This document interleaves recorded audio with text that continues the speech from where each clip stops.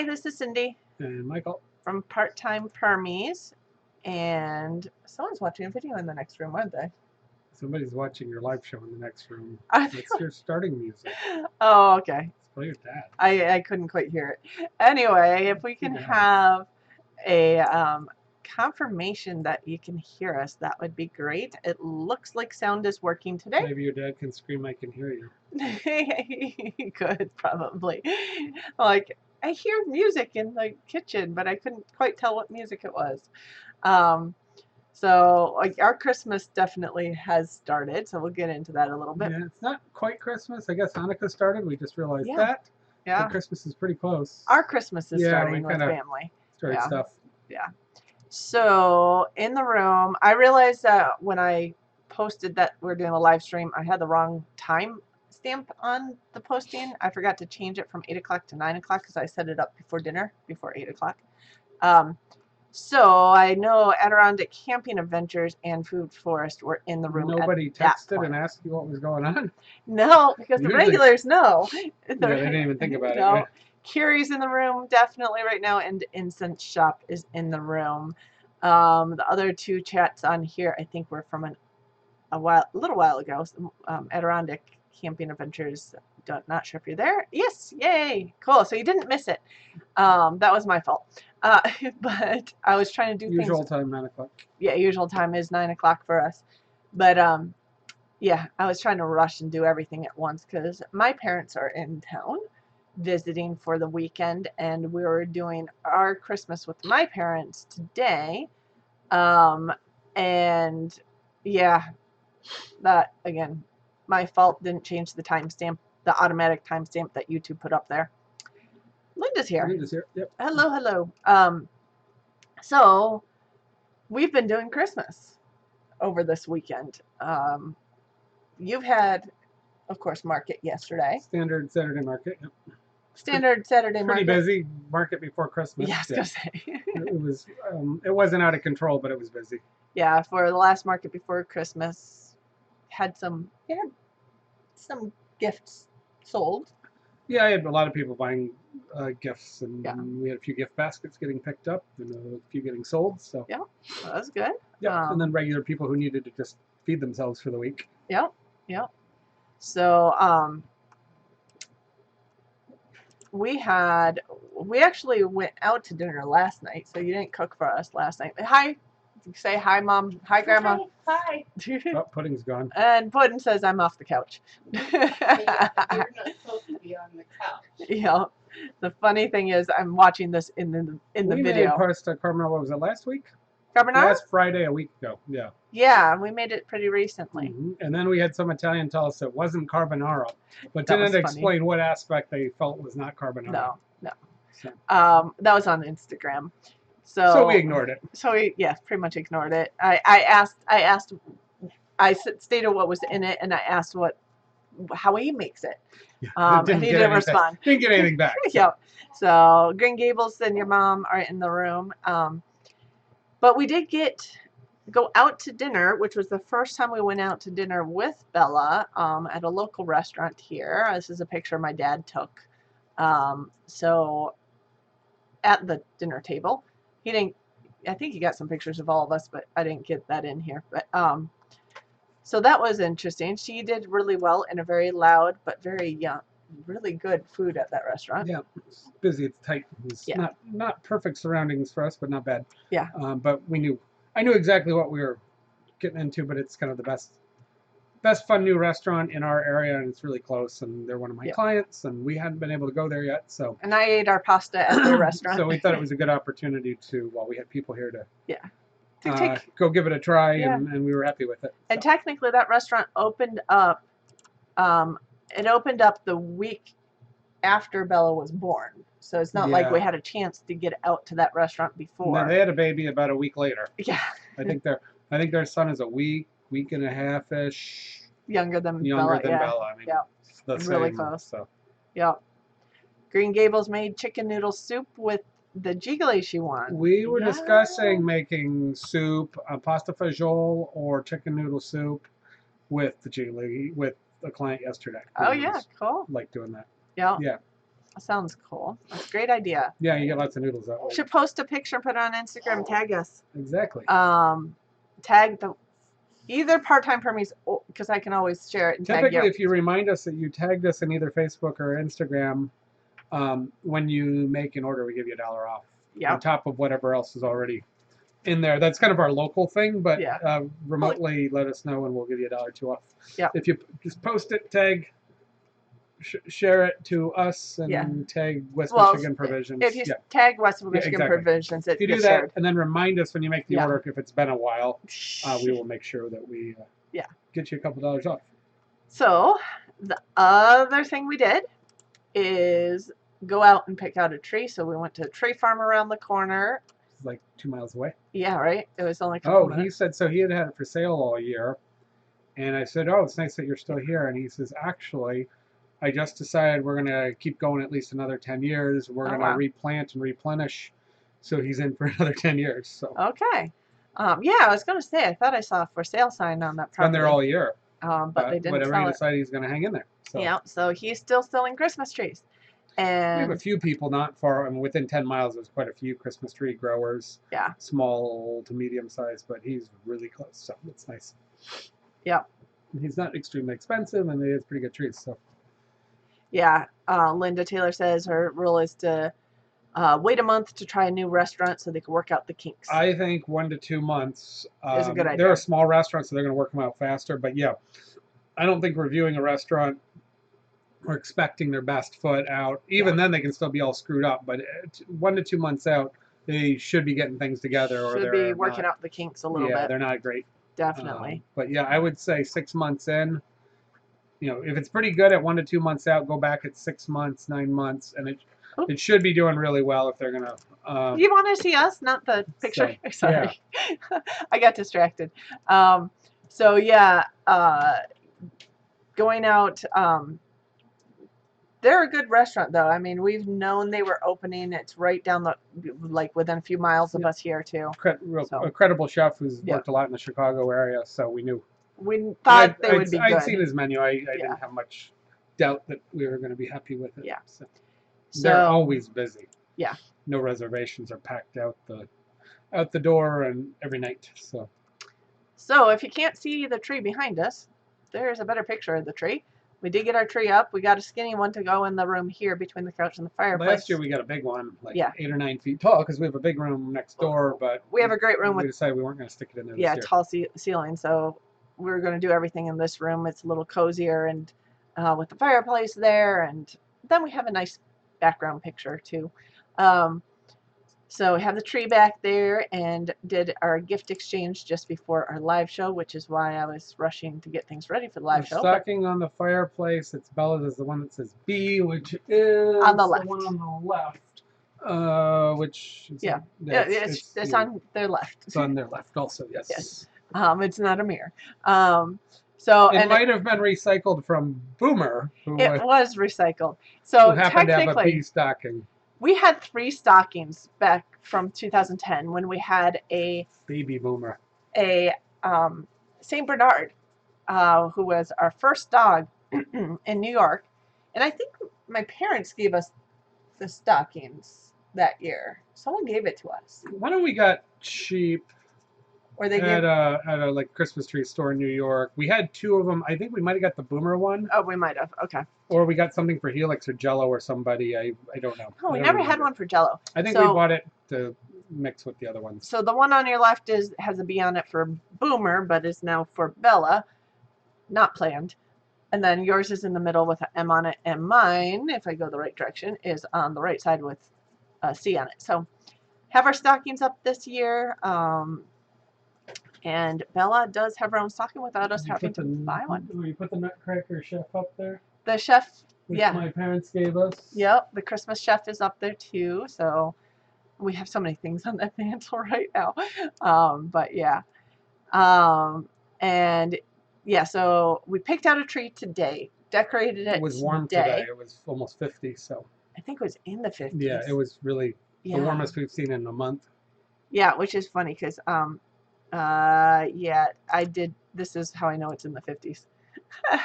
It's 53, and it's going to be warm all the way through Next Christmas. couple days are going to be high 40s. We're not going to get a white Christmas this year. If it dries out enough, I might blow the leaves. Yep. So our stockings are back there. But yeah, Bella's first Christmas here. I'm trying to think. So we have a picture of her with that. We have,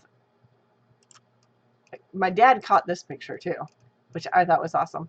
Puddin likes to say hi to Bella. Puddin likes to smell people's breath when she says hi. So Puddin sniffing Bella. Puddin's been really good with her, really gentle with her, but that is that caught in action. So, yep. Oh, back to the weather. It's supposed to get very cold like Sunday after Christmas, and the prediction is average amounts of precipitation and very, very cold the next 3 months, which was sort of forecasted, moderate precipitation and cold. So we're supposed to be in for a good, hard, long winter from here on out. Yep. So we'll see. Yeah, but it was gorgeous out today. I haven't put the plow back on the truck. We got a touch of snow, but we didn't need it. Yep. I got the truck up and running. Just it's a only little been snow. almost 3 weeks or a month since I've had it. It's been a while, so yeah. I drove it around the corner to put the tree in the back of it since other people were in the other car. Yep. So and we did get some snow this week. Earlier this week, these are coyote tracks in back. Which when I was walking Puddin, they're out there. They're definitely out there right now. And guess what those are? You know what those tracks are? Those, I'll put it out there. What do you guys think these tracks are? It is not domestic. I will give it that. Christmas jackalope. The jackalope. Lots of jackalope in Michigan. Further you go north, the more jackalope. They're huge up there. I will say these tracks were all over the place and back. All over. I didn't see any deer tracks. I did see these all over. I saw rabbit tracks. I saw these tracks. I saw coyote tracks. They're probably too big for all the crows that have been running around. Yes, they are pretty big tracks. If anybody knows what those are, you I think have guessed it, or I told you. You didn't tell me, but I have a pretty good idea. Yeah. One of the items. Not ducks. I saw thousands of geese on Pawpaw Lake. We don't have any water on property, so they're not ducks. We have woods. We have had a duck on the property though. It was really wet. Yeah. Don't know why it was here. It's a quarter mile from a decent water area. Not ravens, wild turkeys. Yeah, we got a good number of those. We have a bunch of wild turkeys in back, so those are, I'm pretty sure, wild turkey tracks. They were pretty darn big. Yeah, we definitely see wild turkeys spring and fall, and a little bit in the summer. Yes. So we did have enough snow to see the tracks. That's pretty much melted off today. It was muddy out. Maybe in the woods there's a touch. Oh, by the way, these are the gift baskets that you were selling. Yeah, but do you have any left or possibility? No, I can make more. If somebody needs something for something, I can make them or customize them. We have actually sold the exact number that I had prepared. Yeah. But I keep a lot of stuff around so that we can customize it on need. So if anybody needs any gift baskets, and it doesn't necessarily have to be for Christmas, we can always change out the paper color. Well, we have some purple and white and such for Hanukkah or for just kind of nondescript. Yeah. And yeah, so anyway, we're happy to do things. Usually I can pull them together in a day or two and mail them out, and usually about 3 days. They got priority mail, so they're usually about 3 days out. So 4 to 5 days they arrive on site with any luck. Yeah. Well, thank you, Green Gables. Yeah, so we're doing those, and that's kind of our premium. That's for the people you really like. That's, we could probably figure out a smaller version. We could do it if somebody needs something. Let us know. That's fine. But that's our sort of our preset premium. We do 6 baskets. So again, we have our olive oil. We have some good balsamic vinegar. 6 pastas. You said 6 baskets. Oh, 6 pastas in the basket. Olive oil, balsamic, which is just a good balsamic, but it's not. It's from Italy. And then a spread, a vegetable spread. And a sauce. And a sauce, a Rayo's marinara from the famous Rayo's in New York. How much shipped? $135 shipped. On that big basket. And there's a lot of weight in there, and it is a nice reusable basket. It won't fall apart. You do have free shipping through the end of this year on these. I need to acquire a few more of those baskets, so it should be that basket. It has been for the last 2 years, but in case I go on short supply, it'd be something. It's going to be similar size. Yeah. Yeah, so they're pricey, but for the right person, you know, and then the shipping costs me a lot, incidentally, because they're heavy and bulky, but.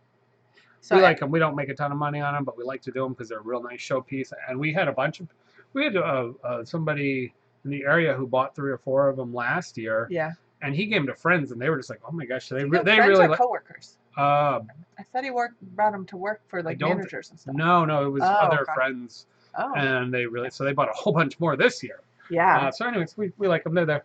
Yep. So we didn't, you know, thing that bothered me, part of trying to run a premium operation, is you see gift baskets sometimes that have one nice thing that's sort of the premier item, and then it's got a whole bunch of crackers and silliness and a basket that falls apart and a cheap bottle of wine. I don't have any wine in there. You can put your own wine in there, but yeah, you look at it, and because I'm in the food world, I break them down and be like, where's the value? What's the food cost? Is this a good value? Is it not?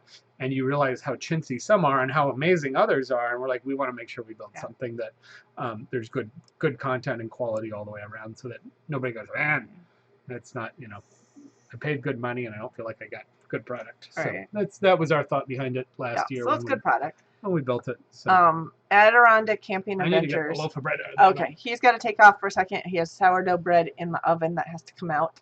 But saw that you had a pack of coyotes that go around your property at night that the dogs chase off. Our dogs have their own. She doesn't go out on the entire property on her own because we're not completely fenced in. So she does have a dog run. But actually, I don't even think she would wander far. She is definitely house dog and definitely my shadow. She is wherever I am in this house. She got it out. It's out. 3 loaves out. The last one doesn't. I only have a small stone, so I had 3 sourdoughs. One probably go home with your parents. Cool. We need at least 1 or 2 or whatever. For ourselves. We go through it. Yeah, we've been going through it fairly fast. I was getting a lot of bread from a couple of the local bakeries in the area that friends, and we do trades or there's excess. But right now I'm not, and so I'm back to producing a lot of bread, which is fine. Yeah. And Carrie at Built on the Rock says they have 2 LGDs, which are livestock guardian dogs. So they were barking up a storm. Could hear the coyotes while in bed. We had actually that same Saint Bernard, our first dog, moved here from New York with us. So he was here for a couple years. And when he heard the coyotes, he started howling like a wolf. Mm-hmm. He used to howl at the nuclear siren. Yeah, it went off once a month for three minutes. Indian Point sirens in New York. We lived within earshot of the warning. It was like the second or third Tuesday or Wednesday at noon. It went off for 3 minutes straight, and he would match pitch. He might tolerate it for about a minute, and then he'd go nuts. And then he'd start howling at it. And then we had our first Great Dane overlap with him. He would a little bit. He would howl after the St. Bernard started, but he would howl, and they were in harmony. It was hilarious. I think the St. Bernard had a higher pitch howl than the Great Dane did, which was kind of funny. I actually saw a video recently of some large dogs howling at coyotes. Yeah. Same thing. Yeah. Yeah. It was pretty eerie to watch a dog that big howl that high. Yeah. And prolonged. It sounded like a wolf. So the coyotes would run across not the immediate backyard, but along the woods line, sometimes across like the neighbor's backyard. Sometimes they'd come in between our houses. Yeah, pretty close. And when he howled, you could hear them move properties. They would go away. 2-3 properties over. Yeah. They quickly exited. So it was pretty effective. We'd actually turn the light on, flashlight, open the door to our little porch off of our bedroom, which goes into the fenced dog area, and let him go out and howl if he wanted to. He was really disturbed by it. Yeah. So Adirondack Camping Adventures have the collars to keep them on the property. Yeah, so that's good. That works. Yep. Yeah, so we'll keep going. I'm kind of whipping through things here. But we were going to talk about, so I'll just throw this out there right at the beginning and we'll go through the Ask the Chef stuff. But we were going to talk about your favorite Christmas or holiday food traditions and your least favorite holiday food traditions. A foot from you last night. That's pretty close. Well, yeah, you're right. Dogs really dislike the coyotes, which is good. Yeah. And coyotes really dislike wolves, so. Yeah. So this was our first Christmas dinner tonight, which, if you want to explain what we had for Christmas dinner tonight. Yeah, so it's we have a local guy who brings in fish and he has fish and meat and such, but he goes to the UP and gets Lake Superior cold water frozen fish, so coho salmon and perch and walleye and different things that are lake fish, and they're really good quality. I've always been happy with them. So I got some fillets of walleye, pike, Great Lakes pike. If you don't know what walleye is, it's really become a regional. It was a regional sort of delicacy, has become known among chefs, and it's getting expensive. Yeah. I mean, there's not tremendous amounts, but it's a game fish. Yeah. And it's scary. If you ever look up what their head and mouth looks like, if you catch them, they're big and they're scary. They got lots of teeth. They do. But they're a predator fish. And a lot of people in like Wisconsin and Michigan and Minnesota all love. And they grow on some of the bigger lakes too. Yeah. I think they've been seeded in there more so, but on the bigger lakes you can have walleye pike. So I got some pike fillets, and I did a saltimbocca. So I did a oven roasted, which I don't do a lot. Saltimbocca. So saltimbocca, for those of you who don't know, it is a traditional Italian preparation, usually done with chicken or veal, a lean meat, and you wrap that meat in prosciutto or some form of salted cured pork, ham, but frequently prosciutto, or pancetta or something. Thin sliced, and so that creates flavor and tenderness. And it's like, I think saltimbocca translates roughly to like please the mouth. The bocca is the mouth, or to make it's and frequently it has sage in it, and then lots of time it has like a lemon butter sauce, or you can do different things to it, but it should have that cured pork. And so what I did was crust the top with thin sheets of prosciutto, and then seared it and oven roasted it, because it is a fish. It does really well. Had some sort of like a quick, not really a roasty, which is a brown potato, but sort of between a country potato, just salt, pepper, and slice the potato, and some green beans. Then I made a herb lemon sauce, lemon butter, and we had some rosemary, some thyme, and a bunch of sage, which would be somewhat similar for that. So it's a pretty savory, meaty preparation for fish. People like to do it with cod. Yeah. And hello, farming in our backyard. Kind of more meatier fish. Yep. So so that was our first Christmas dinner. So what we're doing, by the way, for our Christmas this year, my parents are here this weekend. We're doing our Christmas with them this weekend. We're doing a lay-low Christmas on Christmas Day. It'll just be us. Then you have some cousins and things that are going to visit right after Christmas. And then your parents are coming into town just before the New Year, and we're going to do Christmas with them, probably somewhere around the New Year. So we're going to have multiple Christmases here. 12 days of Christmas is a little more spread out. Yeah, I got to figure out what we're cooking after Christmas. I guess that's the end of this week.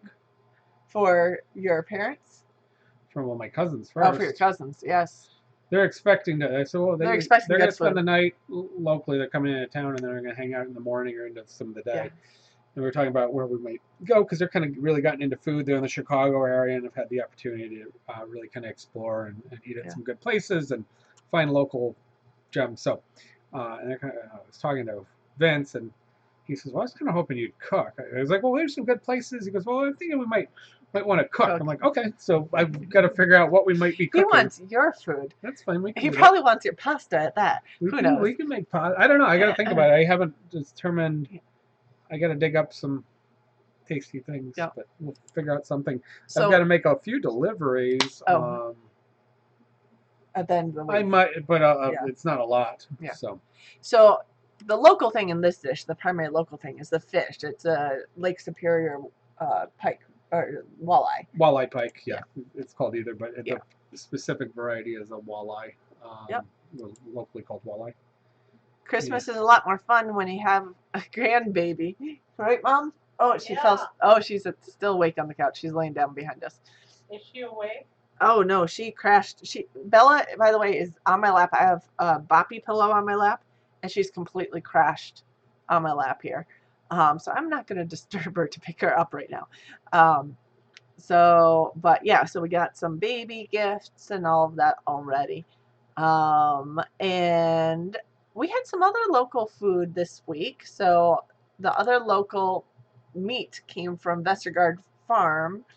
When we were there, we were there a week ago. Acquired and we were gifted some tasty items from them, which was great. We had brought in pasta and chatted about helped them on some business new things. Shop and how do you do some stuff. And we're like, well, we got one way to do it that's easy and cost effective. And so we were gifted a little product for giving them a few pointers, which was not expected. But and nice. We got two different meals out of so far. We had their chicken already.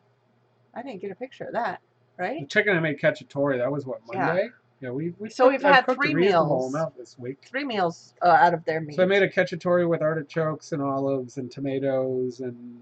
That was good. I don't have a picture. Yeah, I like cacciatore. I lived in Rome and we didn't have a lot in Rome, but that's a traditionally Roman or central dish, and there's a lot of variations. And we're not Italian. Stewed chicken. Yeah. But chicken cacciatore, if you haven't made it in a while, there's really kind of not too many wrong ways. I recommend having some potatoes, I think should be in there, but again, they're New World, so they may not have been there. And I think they should have some olives for the brininess to help flavor it. And I think tomato is often there, and a lot of times some herbs like rosemary or whatever. But aside from that, artichokes go in there, onions, pearl onion, cacciatore is a catch-all, so it's a chicken stew. I guess the equivalent would be coq au vin in France, which has bacon and other things. But so people argue over the authenticity and what you put in it. But I think it's a great way to make chicken. So if you made coq au vin, or if you haven't made cacciatore recently, put it on your menu. It feeds a lot of people. You usually get leftovers. The leftovers are just as good, if not better, the next day or two. So and you can use an older chicken. Is even better than a younger chicken, but young chickens work good. So. And we also had the meat for this dish. This is a taco. So that was like Monday. Was that Sunday or Monday? That was Monday because I made the cacciatore.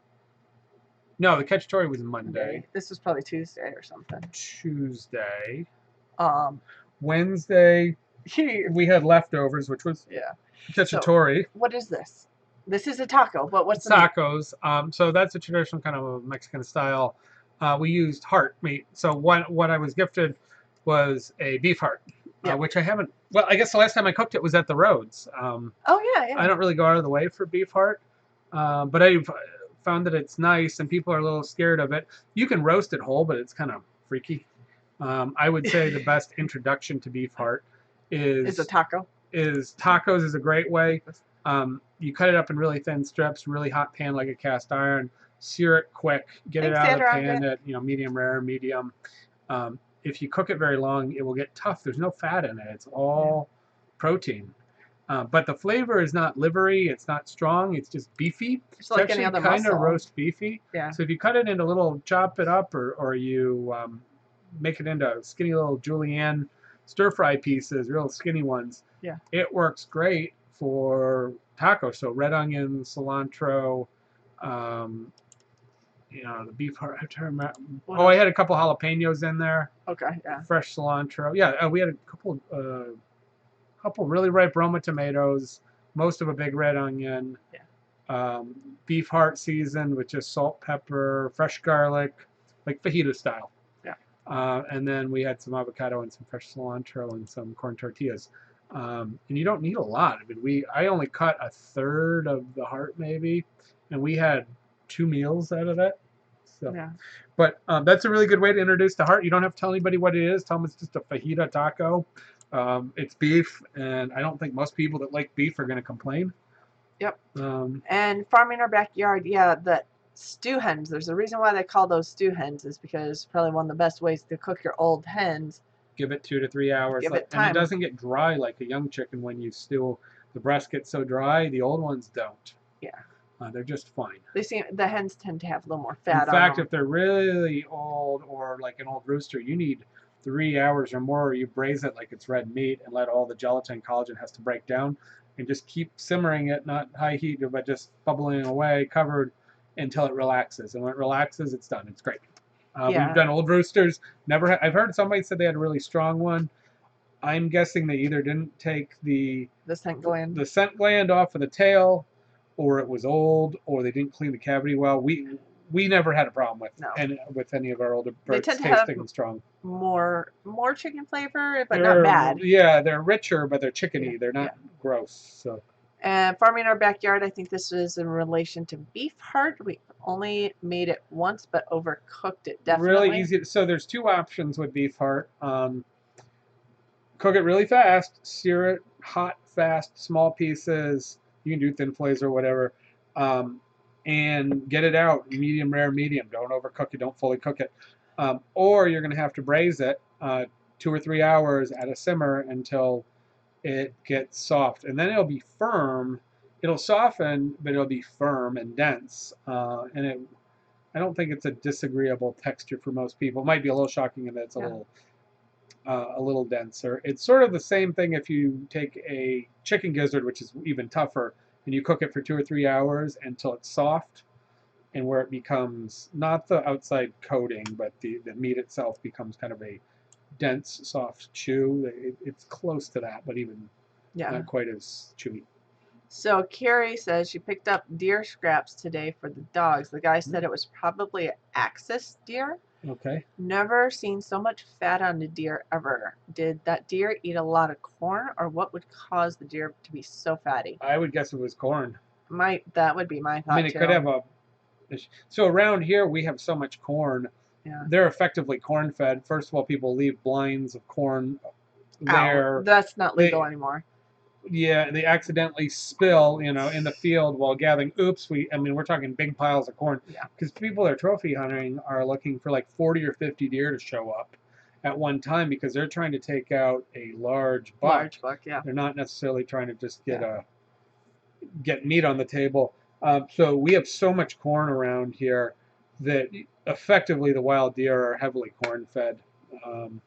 Which is fine in one way because they're mild. The flavor is more mild, but they're not fully grass fed, and so. But then they're in everybody's gardens and whatever else. So, I would guess. I mean, the axis deer, they're the smaller. I think I've seen pictures of them, but to be so fatty, I would only assume that it got a lot of good food. And farming in our backyard said thanks for the tips. Going to have better beef heart and old hen, but we have one more meal. Yeah. So braising or stewing, which is slow, low moisture, at a simmer or a bubble or even 185 range, just below a simmer, and that can be your crock pot, it can be a sous vide, or it can be like an Instapot. Instapot, of course, can be on pressure, so that changes your timing. Yeah. But 2 to 3 hours. A little over 3 hours for really tough stuff like shank.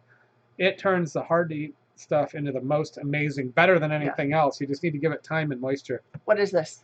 This is a steak pie, like an English style steak pie. And it's made with half beef heart. Beef heart and just some cubed stewing beef that I just bought at the store. Yeah. So I had about 3/4 of the heart left. Because I knew we didn't need it all for tacos. It had, by the way, the heart was already cleaned for us, which I was surprised. So typically, when you cut it open, all the blood's out of it. If there's a lot of blood and stuff in it, throw it away. Somebody didn't didn't clean it properly. But you're going to see a lot of tendons in there, white filaments that are strings, and you're going to cut those out because they'll be tough. Yeah. And they look kind of weird. Oh yeah, the excess deer from Africa. Yeah, I've seen pictures. I know what you're talking about. Yeah. So you want to take those out. If there's any big veins or the heart valves are still in there because they're kind of tough and chewy and nasty, or veins that have any blood in them, like towards the top or bottom, you take all of that out and get rid of it. It's not going to hurt you. It's just not so easy to work with. And then you're going to have quite a bit of meat. We cubed it up in like centimeter-sized cubes. Yep. And then I seasoned it, floured it, seared it, just like a stew. Put some turkey chicken stock that I had laying around, and I simmered it with some herbs and the beef for 2 hours, maybe. and let it get a little bit thick. I had a little bit of flour in there to get thick, stirred it occasionally so it wouldn't burn again until it was firm and chewy, but mostly broken down. You can't. It would be hard to use it raw into a pie like this. You really want to cook it most of the way before you fill the pie. So I made a standard butter pastry crust, butter lard crust. I put some cracked pepper in it, which is something I learned from a chef I worked with. A fresh cracked pepper and a generous amount, like a tablespoon in a pie. Fresh, grind it fresh, not too coarse. Really is nice with savory pies. Yeah. And I also, as I was finishing out the simmering the last half hour or so, I put in carrots, onions, rutabaga, parsnip, turnip. A lot of root vegetables. And what else? I think that's it. Yep. And then some fresh herbs. So we made the filling, and then I filled the crust. And so it would have been like you can do steak and kidney pie. And steak and kidney pie frequently has heart in it also. I didn't have any kidneys. I'm not a huge fan of them. But you do the same thing. Cook them super fresh. Don't let them even hang around in your freezer for too long because they will start smelling pissy because of the enzymes even in the freezer after more than a couple weeks. So the kidneys, yeah. Rinse them out really good. Soak them in milk. Simmer them. Maybe even change the water. Get them to loosen up. And then you can make that classic English steak kidney pie. Kidney, when it's fresh, tastes fine. When it's old, it's awful. Nobody wants to eat it, but it also has a good texture on it. So using the heart and kidneys and then some nice stewing beef is a huge specialty, of course, in England, Ireland. Ours did not have kidney in it. Didn't have any kidney. We didn't have any. Didn't really want to go look for it either. No. Oh, and I actually had a picture of those ingredients. Yeah, I prefer the heart over the kidney. That's the ingredients. And we had some we had a little bit of portobello, small portobellos, and we had some wild mushrooms that were gifted to us. Let me find those. And sorry, I don't know if anybody knows the name of them. I was told like 3 times, can't remember. They're like winter something. They're kind of slimy. They can break down quickly and become slimy. In that I just tossed them in at the end into the gravy. If they became a little slimy, you couldn't tell, which is a great way. So they were just adding flavor, putting the mushrooms in there. Was nice. It was good. It was good. Almost similar like a Cornish pasty because we had all the root veg in there. Did not have any potatoes in there, and you can always put potatoes in there. Does Bella like being held by grandparents? She does pretty well. Well, anybody who has a bottle to feed her, she would like to be held by. But she does pretty well being held by others. She likes being held in general. Vegetable soup, that sounds good. Yep. I don't know if I've had deer heart. Deer. You do the same thing, animal to animal. It's smaller. I'm sure it would be great. Yeah. Again, with the grass feed and the higher exercise, it might be a little stronger in flavor. You can pick up more iron and mineral, but it should be really tasty when it's fresh or frozen and. Yeah. So Bella's not shy of strangers, by the way, right now. So she actually, on some of our deliveries, has been held by owners and people. She's too young to know or care. At this point, no. Unless she's looking for something or really just fussy in general. She's usually pretty good about being held by others. Your mom is in the room and ate kidney twice, once in the U.S., once in England, a full breakfast. Both times vomited later. Well, I mean, there are enzymes, and it could bother somebody with a sensitive stomach. And the heart really shouldn't have that issue. Kidney, I could see that. It also could depend on how well it was taken care of or it was old. But if it happened twice, I'm going to guess you're having some reaction too. It's very high mineral. And again, when you're dealing with kidneys, you're going to probably want younger wild game or veal, young, or animals that the raising that are very traditional organic grass, because they're a filter organ. The liver, the kidneys, the pancreas, they take in a lot of stuff, and on a year and a half, 2 year lifespan of commercial cattle, I'm not sure I really want to question eating those because they're probably fine, but if there's something that they've filtered, a lot of antibiotics, toxins, or other things that showed up in the environment or their food, it's going to be there. Heavy metals. So I would choose not to eat them at this point on an older animal unless you raised it and you knew what you did to it and you were comfortable with it. And the flavors get stronger. Yeah. I've had kidneys a few times, but not My mom made heart once. I remember my grandmother gave us some organs because she couldn't eat them. Yeah, I think she stewed it or roasted it. It was really tough. We didn't care for it. Probably because it just was that in between it where it wasn't cooked quick and it wasn't cooked long enough. And I remember it being strong in flavor, but I'm not sure that it was or wasn't. Really. People do roast the heart. In fact, the fat that you can see on the outside, traditionally on like a picture of a heart, you can hold that and you can roast. And there's all these classic recipes for pan roasting or wrapping in bacon, flouring it and pouring, putting oil or bacon fat over it, and then you slice it, or doing fillets like you do liver, and quick pan searing them. Those are fine. I think they're more extreme for people that are initiated to it. I don't know if that'd be my favorite, but people say that the roasted heart, whole roasted heart is good. I think I'll keep to the tacos and the beef pie. I think that's good enough for me. Those are both good. They're both good. I don't think anybody would question. And those are things you could feed to somebody and just tell them it's beef. And I don't think there'd be any problem or anybody be like, oh, that's nasty. And I don't think you'd have much issue. Bella's eating her hands right now. So. You want this? You hungry? Yeah. Yeah. She fell asleep eating earlier. So yeah, now we don't, as far as Christmas meal traditions, we really haven't had a traditional. Well, my mom always made turkey, almost always made turkey. Yeah. If we had more people, sometimes it was ham. If we were at my dad's family, there was always some form of ham in the oven. There was always turkey on the barbecue, mostly because there wasn't room in the oven. So the barbecues, by the way, if you're having a lot of people, you don't have a big oven, multiple ovens, whatever, the barbecue or the smoker is a great place. A 350 barbecue, gas barbecue, where you can control the heat. And a thermometer roasts almost the same as an oven. Yeah. So it's a great way to, and it tastes good. Even if it isn't smoked, it does nice on a barbecue. And then my mom's side of the family, where we did Christmas a lot of times, more English and German background. And so my grandmother would typically get like a crown roast or a top brown, roast beef, a good, high quality roast beef. So we'd have turkey for Thanksgiving, but we would have a roast. What are your for Christmas? Yeah, what do you guys do for Christmas? For Christmas or Hanukkah or whatever holiday around this time. As I was reminded, Yule. Yesterday, it is Yule. Yep. For the Yulers. But no, we did turkey definitely always for Thanksgiving.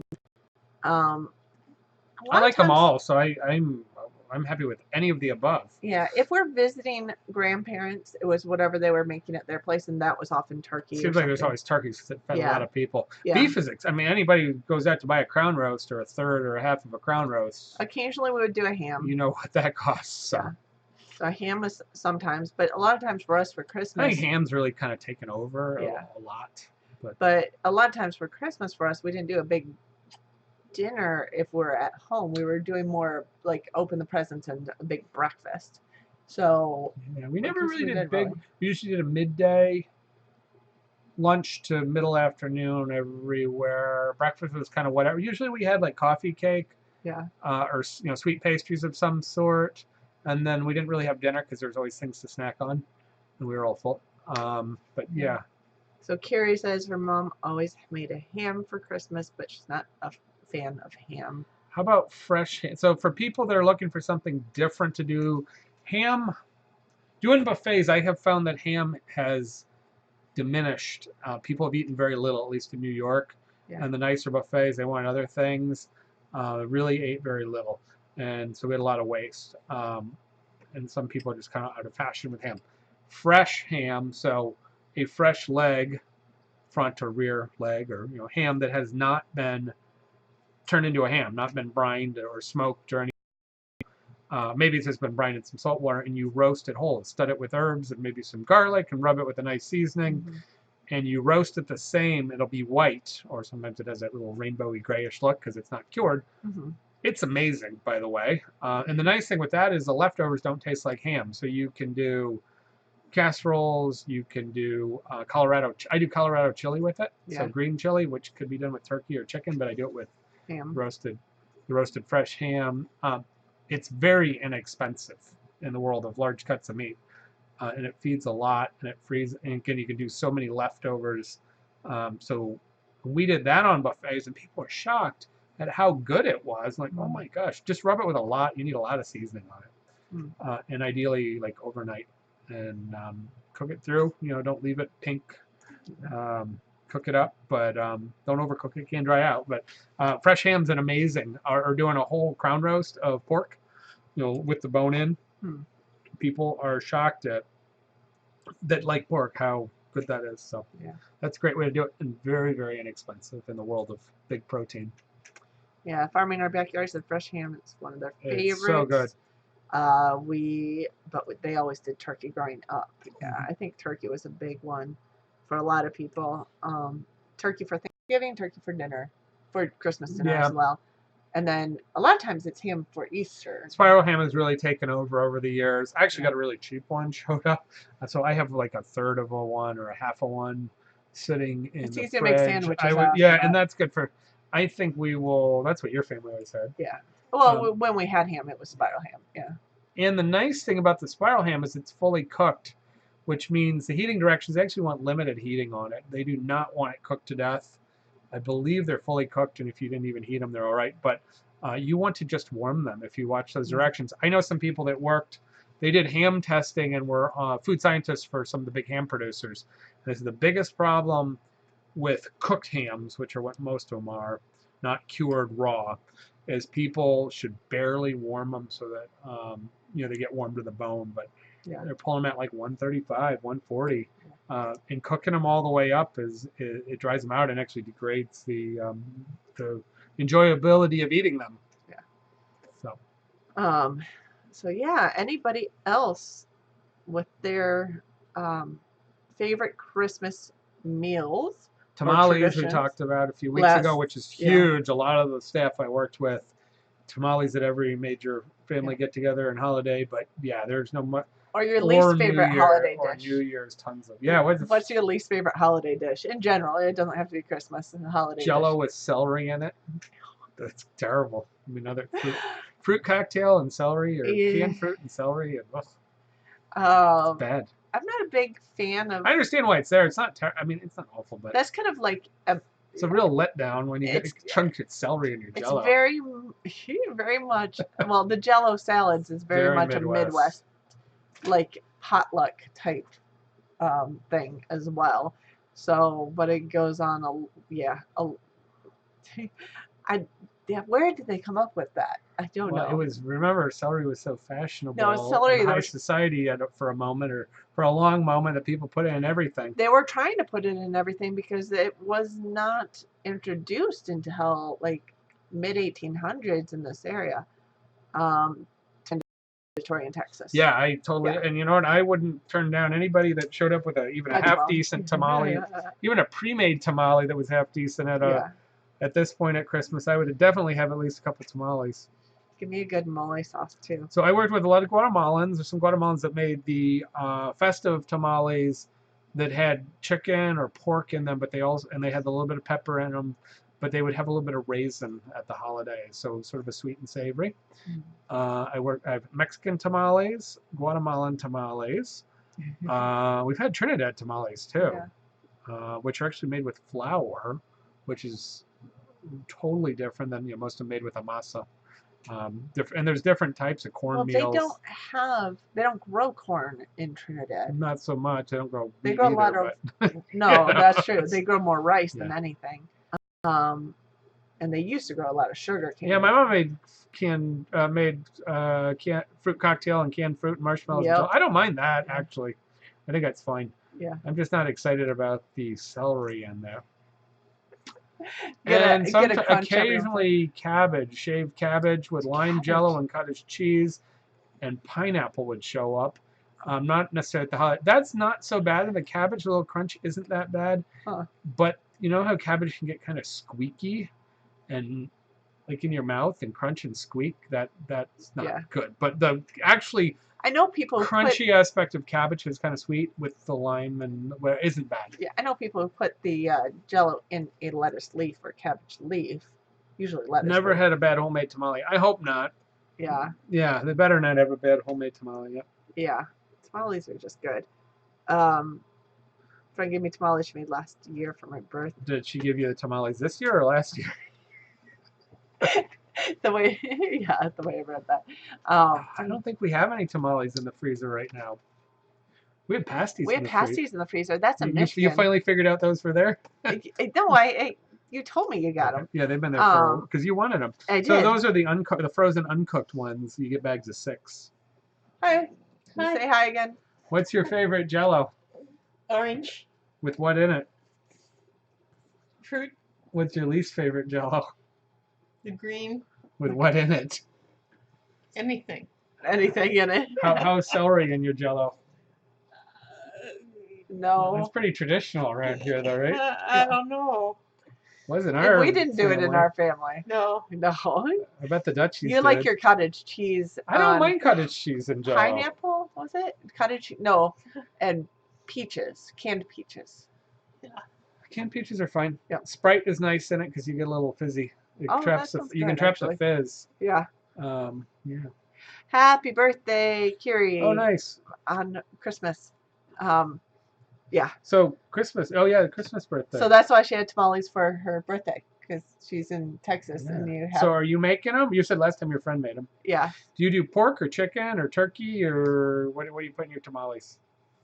Yeah. Right. I like all types. There's so many types. So between the masa and how thick and what do you wrap it in? Because you can wrap it in 3 or 4 different things. I don't think I've ever had a bad tamale. I've had better and I've had worse. But yeah, I'm not sure I've had a bad one. Yeah. Anyway, and I don't even know who's still in here. Farming in our backyard and Carrie are the ones who are chatting the most, and your mom's in there too. But She had no comments on Jell-O. no. Yeah, Jell-O is very much. I don't know. Jell-O. I haven't made Jell-O in forever. I'm not opposed to it. I just. Oh, you know what? I forgot my favorite Jell-O. Uh-oh. Is you boil down the red hot candies and you add in applesauce and you make a hot cinnamon applesauce Jell-O. Like Jell-O ring that you cut slices out of it. That's really good. I haven't had that for probably 30 years. You stretching? You were stretching. Ribbon Jell-O in thin layers of red, green, and white. Well, you can buy that around here now, industrially made. It looks terrible. Added sour cream or cream cheese. That's the good one or the bad one? To lovely holiday Jell-O.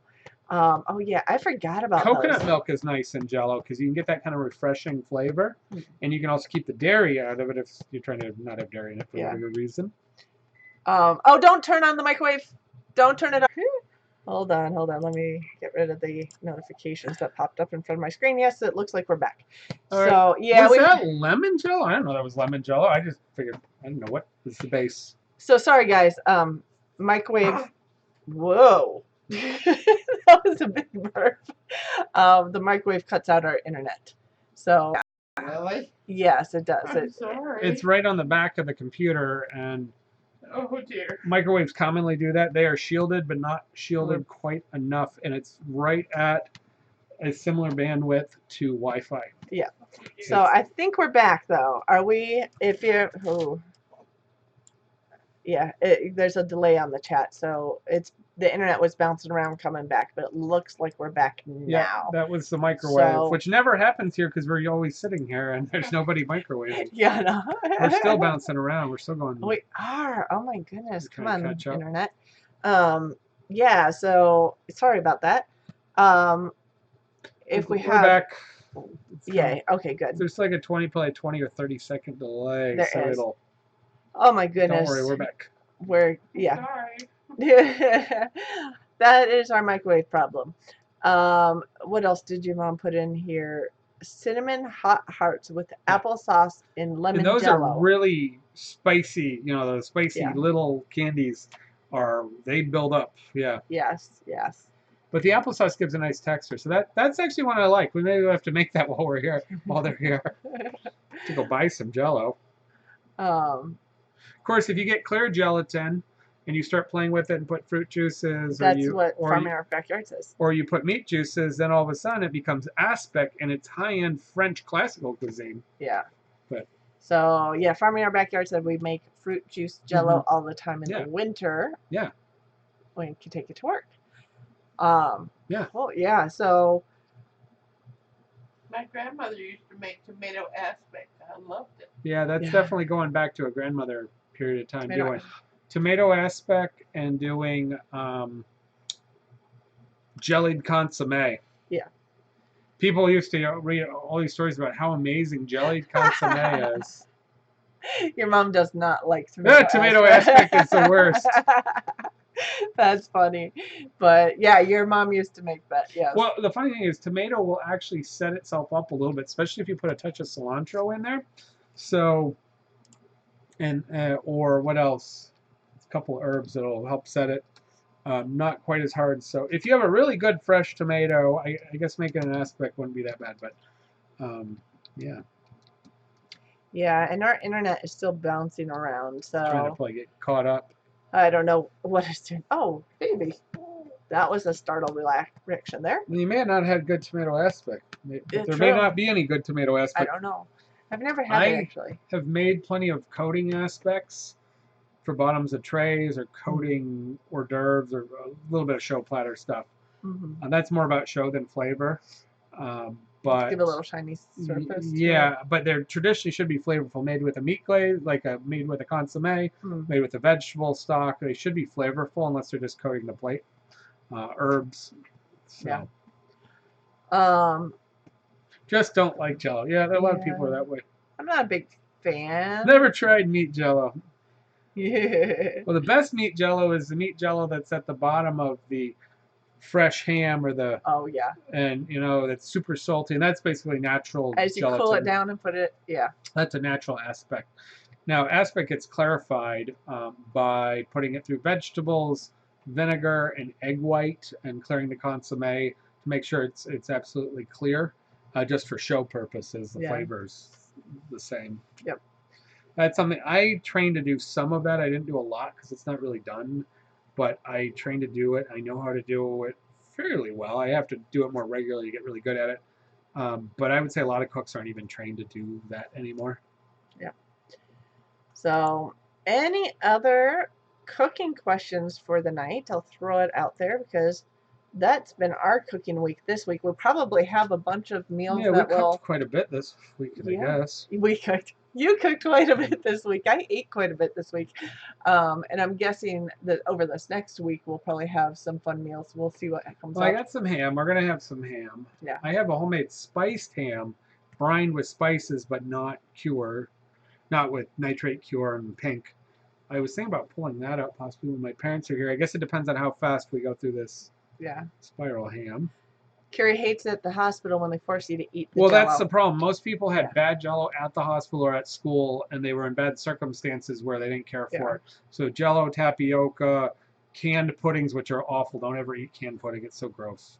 It tastes, there's something wrong with it. Yeah. I mean, make stirred pudding. Make either cornstarch stirred pudding or egg stirred custard pudding. Some people don't care for the texture. That might be hard to get around, but flavor-wise, it's amazing. Don't trust that stuff that comes out of cans, sets up out of a packet with milk. That's not real pudding. Some of it's okay, but make cooked stirred pudding one day. It may change your opinion, but the whole cafeteria thing, I get it. It's ruined it for a lot of people. Our hospital actually has, they have the menu that is your liquid, what you're approved if you are told you can only have liquids or different like cardiac and diabetes. I like tapioca. Menus and stuff like that. Stretching. What? And they actually gave quite a number of choices on their liquid menu. What did getting started in homesteading cook? We just talked about dinner. What did you cook? What did you cook for dinner tonight? Who else had a fun dinner tonight? I haven't made tapioca but Ruth Ann's fiance didn't eat it.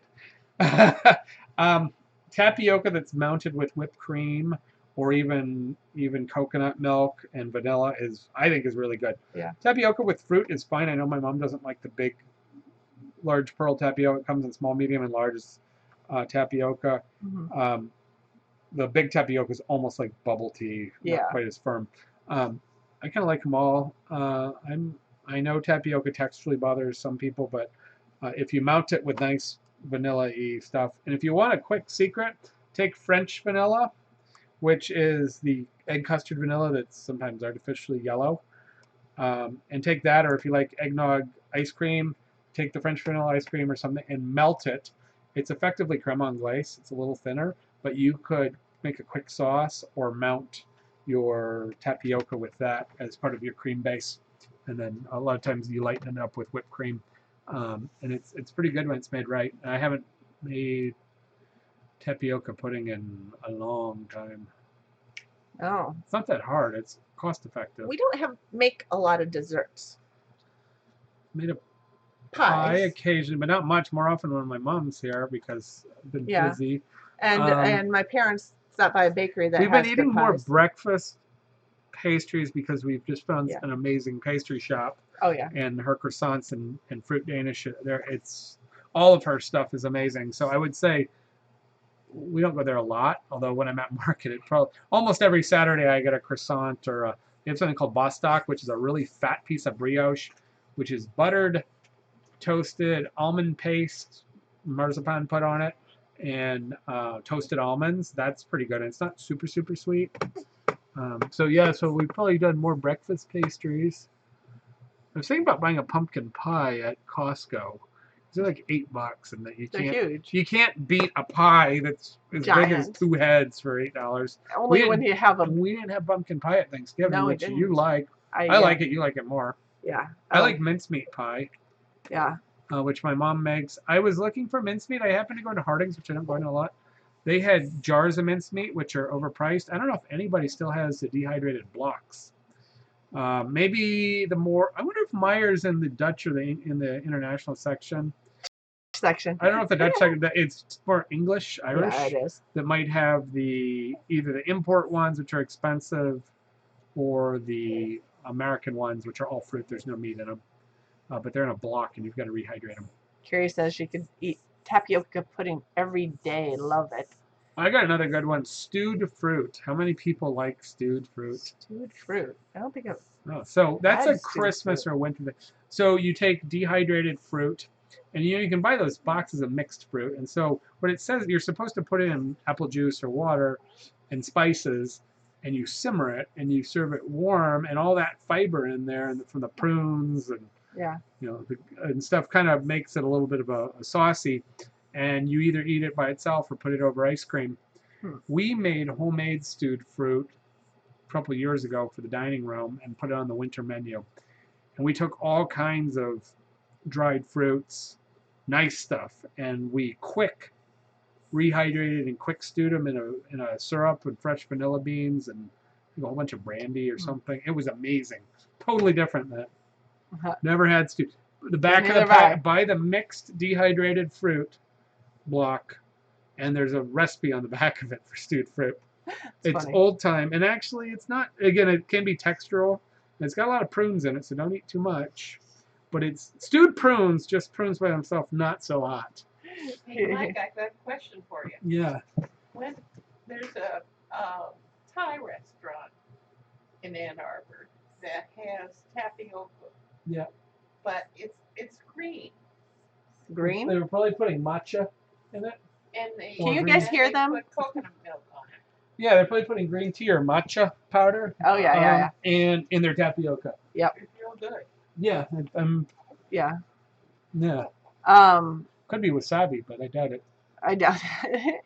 Yeah, I know my mom likes stewed fruit. Yeah. Your mom also says that's very English. Their grocery store has boxes of mincemeat, and you can also get them on Amazon. I'm sure I can get them on Amazon. Well, if you think about it, buy me like 3 or 4 and bring them up here. Bring them up here when you come up. We like mincemeat. I don't know if Cindy likes mincemeat pie a lot. I like it. I just didn't so have if it you haven't often. had your fill of mincemeat pie, let's make mincemeat pie. No, I like mincemeat pie. A lot of our family didn't really care for it, although my mom's side of the family likes it. It's great with fresh whipped cream. Yeah. I think we grew up with it. I was tempted to make Springerles, although I don't have the rolling pin. I know my mom can't stand them. But I haven't had them forever. I was looking at the anise seed at the store. I was actually looking for star anise, and I was like, oh, maybe I'll make some Springerles, but I don't have time. Yeah. Haven't had those for years. But I don't know what else. What's the cookie world? What's the Christmas holiday cookie scenario? Everybody has different. Snickerdoodles. In the Midwest, snickerdoodles are kind of king, I think, for everybody. Have to have snickerdoodles. Well, we always had them at my grandmother's house in Kentucky, but I don't know if that's because I don't know how far they've gotten across the country. But they lived all over the place, so yeah. Snickerdoodles were definitely available in New York and were kind of a desirable thing. Did you have snickerdoodles growing up in Maryland, Mom? Yeah. Okay, so maybe it's wider than All right. How about Texas? They use snickerdoodles in Texas. Armadillo cookies. We didn't do gingerbread cookies. We did snickerdoodles all the time. I love snickerdoodles. I prefer soft gingerbread to hard gingerbread. I don't mind gingerbread. Yeah, soft is. There's so many varieties of gingerbread. Farming in our backyard says I want to try to make gingerbread cookies. Good. Let's make mincemeat pie. I was thinking about mincemeat pie. Yeah, Aunt Glenn would make Springerlays. Yeah. Which made up for the rum balls that had no rum in them, which sort of is ridiculous. Is that kind of like my family's recipe of chili sauce that has no chilies in it? It's about in that world. I love the chili sauce, but it has no chilies in it. No. Yeah. I really like rum balls, and I don't think there's enough. There's so much sugar in a rum ball and chocolate and nuts. I don't think you could ever get drunk on. You'd get way sick eating rum balls long before you had too much alcohol in a too much sugar before the too much alcohol. Pennsylvania definitely has snickerdoodles. I'm definitely that's love snickerdoodles. So I like snickerdoodles. Springerly was something from my mom's side, as well as the Polish with the kolache, which you can find around here, and I find occasionally in New York. Pastry, usually with poppy seeds or nuts rolled into it. Those were good. Haven't had those in a long time. I have found that Italian cookies with the fine pastry flour is popular, and everybody says they're great because they grew up with them, and that's it's tradition. They like them. I find that the standard Italian cookies in general are not very tasty, like just the sugared ones. The Italian flag 3-layer, 4-layer colored ones, I like those when they're made properly. There's a lot of problem is most of them are cheaply made and terrible. And the pignolis, which are meringue with pine nuts, which are really expensive now. Pine nuts are like $25 to $50 a pound. Really? And a lot of it's Chinese pine nuts. They don't taste the same as Mediterranean pine nuts. Yeah, but they're tasty. New person. I wear aprons. Also have 20 quarts of mincemeat. Canned mincemeat. Oh my gosh. Wow, that's great. Mincemeat pie for year round. So do you put meat in it, or what do you put it? What do you use it for? There's a variety of things you can. Yeah. It's a great ice cream topping. Yeah. Warm. So. There's all kinds of ways to make mincemeat, and spice it, and what ingredient wise. There's a lot of different. But yeah, I would say mincemeat's one of the dying things that I think I really like, and I think should be celebrated more. Should make a video on making it. Well, some people make. I've never made mincemeat. Really? You buy it? We buy the dehydrated packs. Yeah. Sometimes I add a little this or that to it, but you can make it. I mean, all the old cookbooks all have mincemeat recipes. I wear aprons. Do you have a page with YouTube page with videos? Do you have a video on it? Where is this? This one. Oh, I was like, what's the? That's the name of their channel, or the name of. I was like, I wear aprons and what? Yeah, okay, I got it. Pork, apples, and raisin. Okay, so that sounds good. Okay. That sounds good. Pork, apples, and raisins. So, and that would be in the realm of, for a lot of people now would see as chutneys and what is mincemeat? So mincemeat is frequently has a little bit of meat or suet traditionally in it. It has lots of brown spices like cloves and preservative spices. And then it usually has lots of dried fruit, predominantly raisins, apples, dried apples, sometimes can have other things, currants. And so it's a preservation of vegetables, of fruit, and heavy spicing and sugar. And again, the older styles had more meat. The new styles are what you would buy at the store frequently have no meat or suet in them. Okay. Pear mincemeat sounds great. Curie made I love pear pears. and adds it to oatmeal whenever they have no milk. That sounds really good. Your mom says your grandmother made homemade mincemeat once, and she did not like it. Well, it can have a lot, again, with the suet or the blend of spices. I have all these old cookbooks. We could totally pull mincemeat recipes. I wear aprons. The apron is because you're a butcher, right? Oh! Yes. That's awesome. So you're a little more meat driven. Yeah, so they do a lot of mincemeat. We're getting ready to host a butcher class. Yeah. I'm a chef that cuts meat in a chefly way, not in a commercial butcher way. There's some similarities and differences. So I'm a semi-professional meat cutter. We're going to teach a breakfast meats class. Yes, and we're fighting on dates. I think it's going to be the third weekend in February. Yes. It could be the third weekend in January. I just don't think I'm going to feel like I'm fully ready and do everything I want for it. And we could pull it off, but Tina's not in the room. Yeah. She said she would. I think she was thinking about coming here. That would be for it, which was because that's from North Carolina. Yeah. But yeah, I mean, if people want to come to town for. Well, if Tina's that serious about coming out here for it, we might be super special, like actually give her a room. I don't know. Well, you can't do that for everybody. We can't. We can only do that for Tina, but that would only be for Tina. Tina's not in the room right now. Yeah, so we'll have to see. We don't have an in. No. But yeah. No.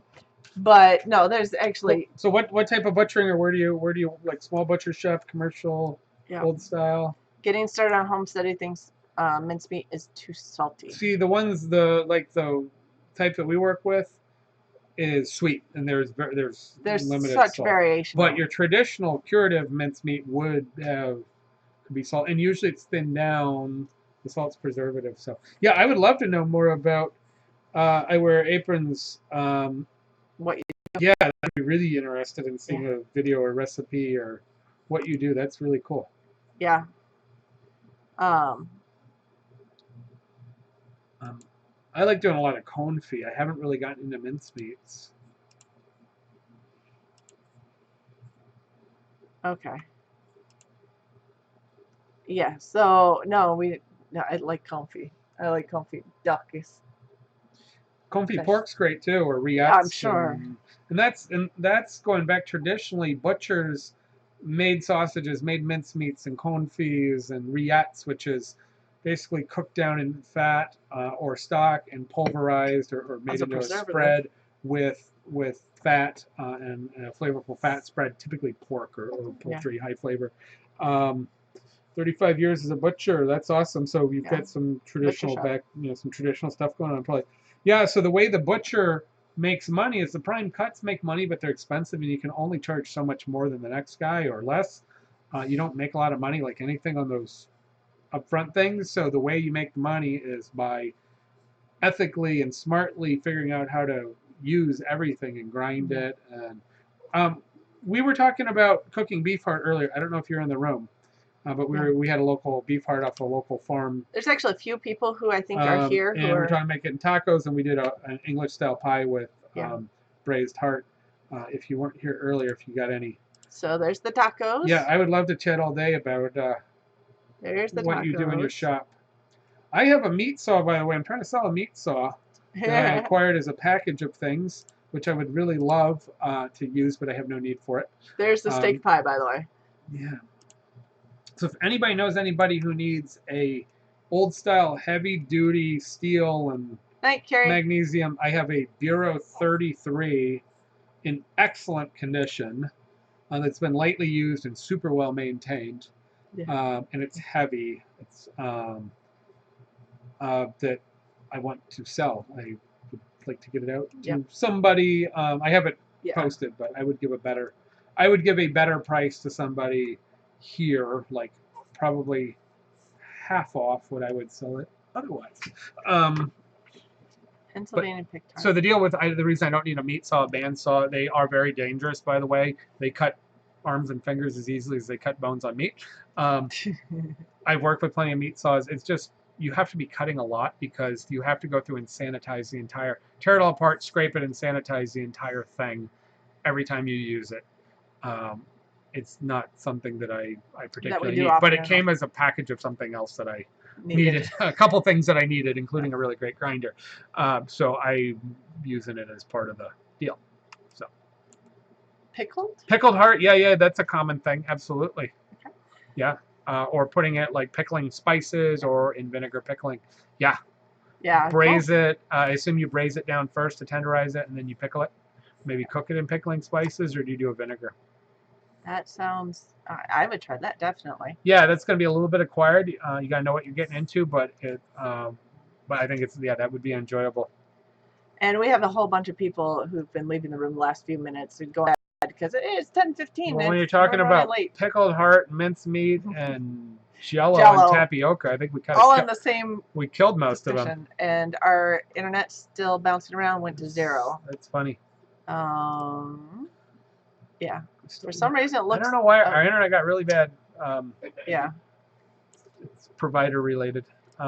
Yeah. I'm frozen, and it's bouncing back up. Yeah. So anyway. Tongue. Exactly. I'm thinking the way you make pickled, spiced, or pickled tongue. Yep. Yeah. Awesome. Exactly. So my favorite. What's your favorite?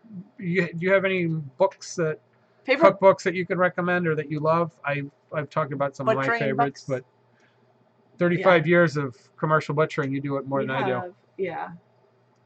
White picket fence says Merry Christmas. Merry Christmas. Yeah, we are trying to pickled heart. Yeah. Pickled heart and pickled tongue. Does that pickled heart involve a bottle of Jameson? We need eyewear aprons. Stefan B. We got to get him. Yeah, he's pickled and I bet he's made mincemeat. Oh my gosh! I put money on it. He's made mincemeat. And that would be a fun chat room.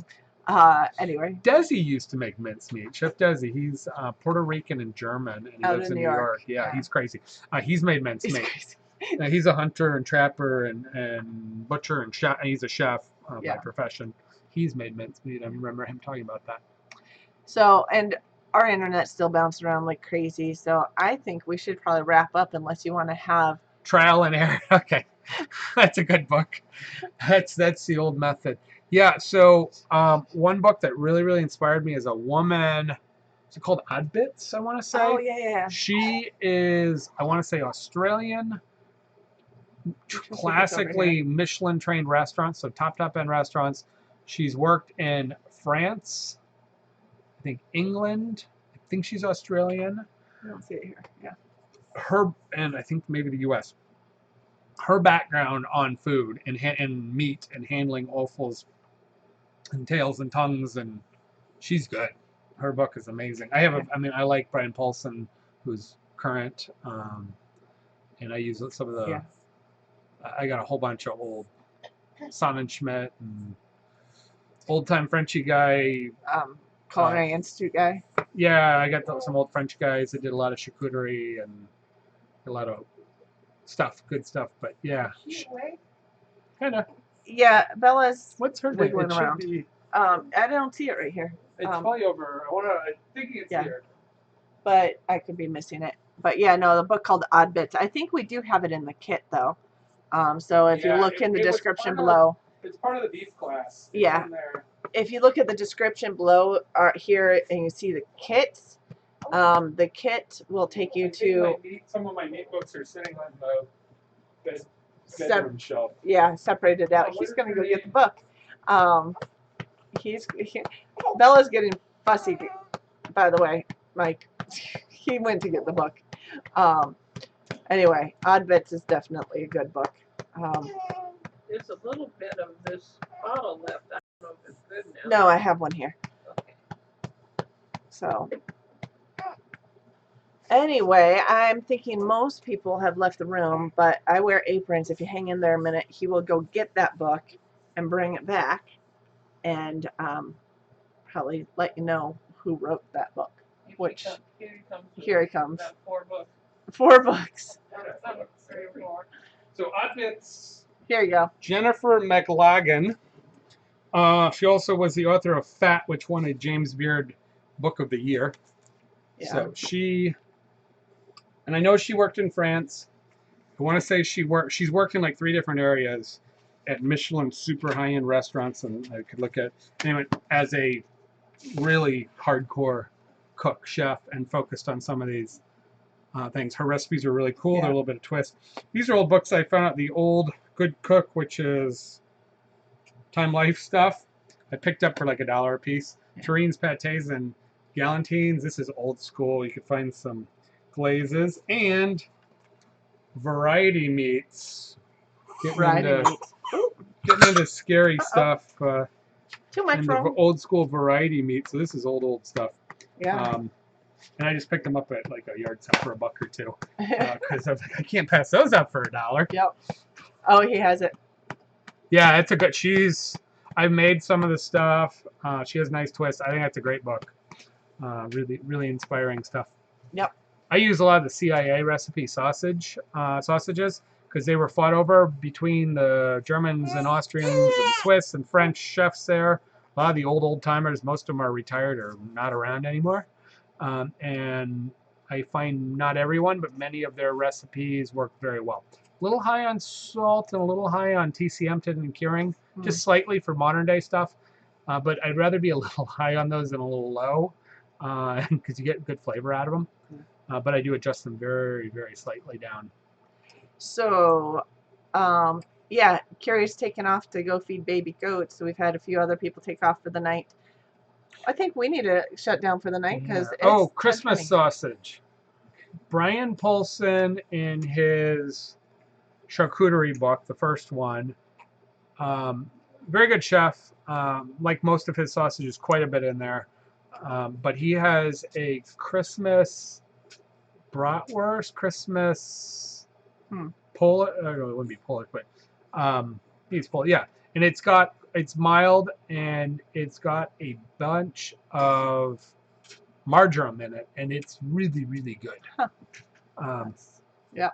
Philly cheesecake sausage. I could see that selling. That's interesting. Merry Christmas, ASL. We like broccoli rabe sausage. Big fan of broccoli rabe Italian. Yeah. Blend of hot and sweet, spice blend, and nice chunks of broccoli rabe in there. That's kind of a favorite. Yep. That's a New York thing. Baby goats drink a bottle much faster. They inhale. Yeah. Sometimes Bella tries to inhale.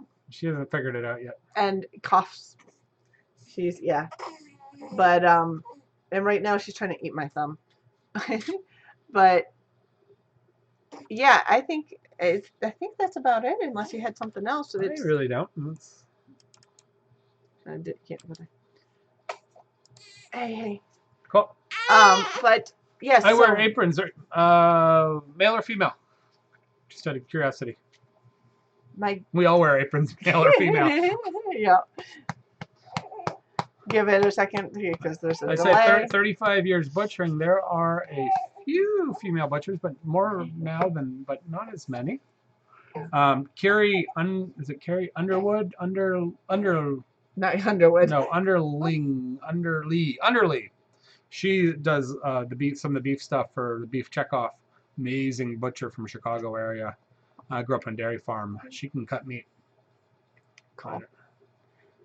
Be strong. Female. Female. Okay. Cool. Do you know Carrie Underlee? That would be. Or know of her? That's long delay here again. Yeah, and then the Jennifer McLaughlin, that makes sense. So I mean, a really, really renowned chef, butcher, traditional. So yeah, I could. Yeah. But Carrie, I've seen Carrie 3 times. Met her in small engagement classes. She does a lot with butchering boot camp for girls, women. Okay. And she does just a lot for a variety of things, teaching value cuts and things. Oh. So she has a book. So yeah, so she teaches women how to cut meat. She is a journeyman trained parent. Father was a butcher. They grew up on a dairy farm, and she's journeyman trained. Cut for a while, and then she wrote a book called Beef, and promoted that, and does tours and other things. She's got family and other things, and just wasn't in as much day to day cutting, but yeah, grew up in I think a third generation family. Small hometown butcher. That's awesome. Cool. That's very cool. Awesome. So she totally promotes women getting into cutting meat. So look her up. You might. It's a lot of heavy lifting. Oh, it's strong woman. I've done beef. I was doing about once or twice a year, whole beef. Of course, we didn't have rails and whatever. We were doing them in a restaurant kitchen. I was always sore after that day. It took 16 hours, or 2 people 8 hours, hand cutting it all and totally finished and packed away for restaurant cuts and rendering and stock and bones and whatever. Yeah. I was always sore just because there's so much to move. Pork's not so hard, but beef is, yeah. Okay. Well, that's very cool. We would have fun. What state are you in if you're in the U.S. or what country otherwise? I make an assumption that people are in the U.S. I shouldn't do that. Nope. A few international people who come on our live stream too. Which anybody can answer that. What state are you guys in? Hydraulics, yes, big. Well, that yeah, helps. Helps a lot. You've done quarters of beef at home. I've done quarters at home. I've done whole in restaurants. I've done whole hog a number of times. Yeah. I've done whole lamb. Yeah. Pennsylvania.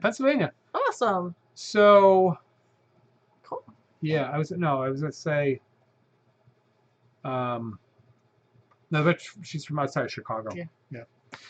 Okay. I saw her in Hershey, Pennsylvania once. Okay. That's where you saw. Second time I happened to be at an event where she was. And ASL's in Missouri and Curie's in Texas. But it's built on the rock. And White Picket Fence is in Missouri. Yeah. So you might be near ASL, Harvard Homestead. And of course, we're in West Michigan. Yeah. We're April, Pennsylvania. So you probably make a good souse, or do you make scrapple, or both? That's the question. Sharon Brewington, welcome. Thanks for chatting in. Good. Yep. Good, properly well-made scrapple is good. Well, commercially made scrapple isn't always. Shore, Maryland to buy it. Well, at that time in history, scrapple was probably good. I would be going to a butcher shop to buy my scrapple and not the deli counter. So Sharon's from North Carolina. Tina, who's sometimes in the room but not tonight, is also from North Carolina, the Asheville area, I believe. And yeah, both. Said both. Both, yeah. I'm not surprised. You're in the heart of souse and scrapple land. Head cheese. I've made a bunch of head cheeses. A few different ways. Head cheeses. Did you bring some to Hootenanny? Did you end up doing that the first year? Yeah, I might have. Yeah, we did. We brought head cheese. I brought a head cheese. I had 2, and I brought 1 to Hootenanny. Yeah. So that is a Michigan meetup. If Pratt family does. If any of you guys want to come out in the middle of summer to the Pratt family Hootenanny, check out Pratt Family Homestead's channel, and they do have a date listed, you guys. I'm forgetting where. I think it's something like July 18th or something. It's like a week before what they normally do. They usually do the last week of July, but that week was taken already. So they're doing July like a week before that. And it's at a campsite, so people can camp overnight before or after or both. So scrapple and head cheese, all that stuff should be good. It's commercially, people have screwed it up. 300, yeah, you're in the heart of scrapple land. That's so I'm thinking about. So we're going to teach a class on breakfast meats coming up, and that's one thing that I have on the list, which I haven't done a lot. I have some good recipes, and actually had some people that grew up in Amish and Pennsylvania and Amish areas. It was the chef at the Hershey Hotel taught a class on making scrapple. Yeah. And he grew up in a Amish community. He was not, but this guy, he's huge, and look, he's eating a little bit of scrapple, and he really knew what good scrapple was. And yeah. But I was thinking that we definitely have to teach scrapple as part of this class. So yeah. Carrie is asking if they sell hogs heads here. Never saw them in California. Can you buy them in the north? Yes, you can. At the butcher. Ask your butcher to order them in, or like commercially, I can order them from a meat supplier. Yeah. Do you see them at anywhere else? Like, can you just get them in town somewhere? You have to order if you have a unique, one of the more modern butchers, which is really an old style artisan butcher, they may carry heads. Pig heads have become really, really popular. We've talked about, I've had mushu style roasted pig head at a restaurant that shared. It was $85 for half a pig head. So figure out the food cost. I wear aprons. We know what food cost on half a pig head to $85. Oh my roasted and mushued with some garnish. Walmart sells the hog's head there. Really? We have whole halal lamb at $3.59 a pound at Costco. Yeah. They've been there since the summer. I mean, they've been rotating them. I've been tempted to buy one, but I haven't had a need. Here you go. I wear apron. Scrapple has cornmeal. Mm-hmm. Panos has buckwheat. Yeah. I knew that. Okay. Yeah, I have some buckwheat flour around here. The Scrapple has cornmeal. I knew it had grain. I wasn't sure if it had breadcrumb or corn. Okay. It's been a while. You have your recipe somewhere. I have to dig a little bit.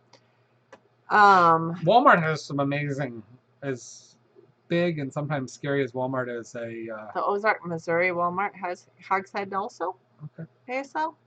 I'm assuming that's what. Walmart is the biggest grocer in the country, and they service a lot of people. Huge amount of rural country that still eats in traditional ways. So it doesn't surprise me at all. But yeah, I have no problem. I actually, I need to probably order some blood. Done blood sausage a few times. Have a couple of good recipes for blood sausage. No breadcrumb. Yeah, okay. Cornmeal. Yeah. Good to remember. No. And we have a good source of cornmeal. I have a great source of cornmeal. Yes. You should look it up because they have online sales too. Yeah, they'd be pricey for 300 pounds a week. But yeah, it's organic, open pollinated, windmill ground cornmeal. But yeah, it probably wouldn't work for your. Want specialized, sell it at a higher price. Like Anson Mills style. There is Shady Side Farm that is near Holland, Michigan, and they do really nice cornmeal. And like you said, it's actually ground on a windmill, right? It's ground on the Dutch windmill. So they only have a modest supply of it, but they have a reasonable amount. Yeah.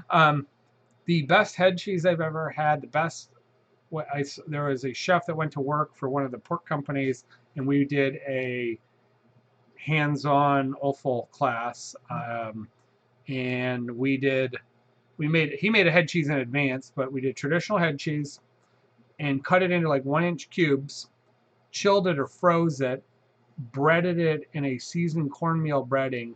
We deep fried it so it gets all warm and gooey and soft in the middle, and served it so it was like a lardon, but served it as a crouton, a cornmeal crouton on a Caesar salad. Wow. It was incredible. Wow. Absolutely incredible. Yeah. Way to use head cheese.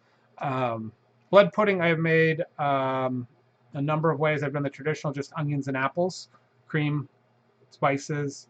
We're going to try and probably do some black puddings is what I was thinking about. We could do blood sausage, but I think we'll do black and white pudding for this class. So I don't need a lot of blood, but I do need to source it. Call a couple of people and make sure I get it pre-ordered. Make sure I don't have to get too much. Yep. Okay.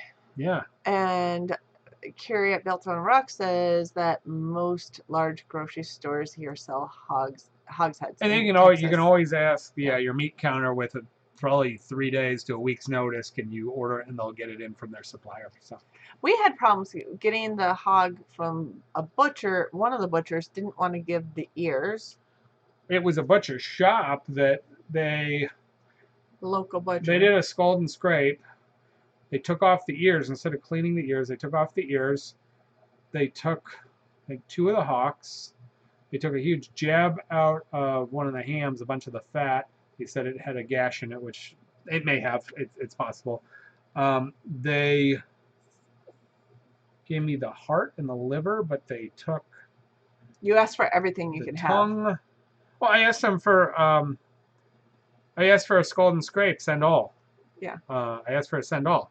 Now I know I didn't want intestines, and usually, and they are USDA processor, small, but they don't send a number of those things, lungs and whatever. You're not going to get them. I didn't want those, but I wanted all of your normal approved stuff to. Yeah, your normal stuff, and it depends on the line how fast it's running. They're not a mechanized line, and it depends on the inspector what they're going to let go and what they're going to keep to some degree. But yeah, when you come back and you're missing pieces, and I think I was missing 2 of the hocks, and I was missing, I think I had knuckles but no feet because they didn't want to clean them or sear them, or scald them or flame them.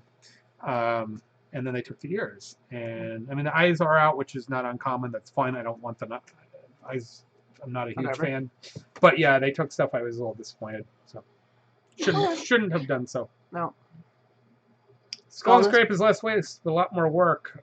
So we scalded and scraped 5 last March at the Roads, doing that class, and taught 12 people came out to do that class. Mm-hmm. So we helped as a chef, not a butcher, but as a chef with some traditional butchering classes.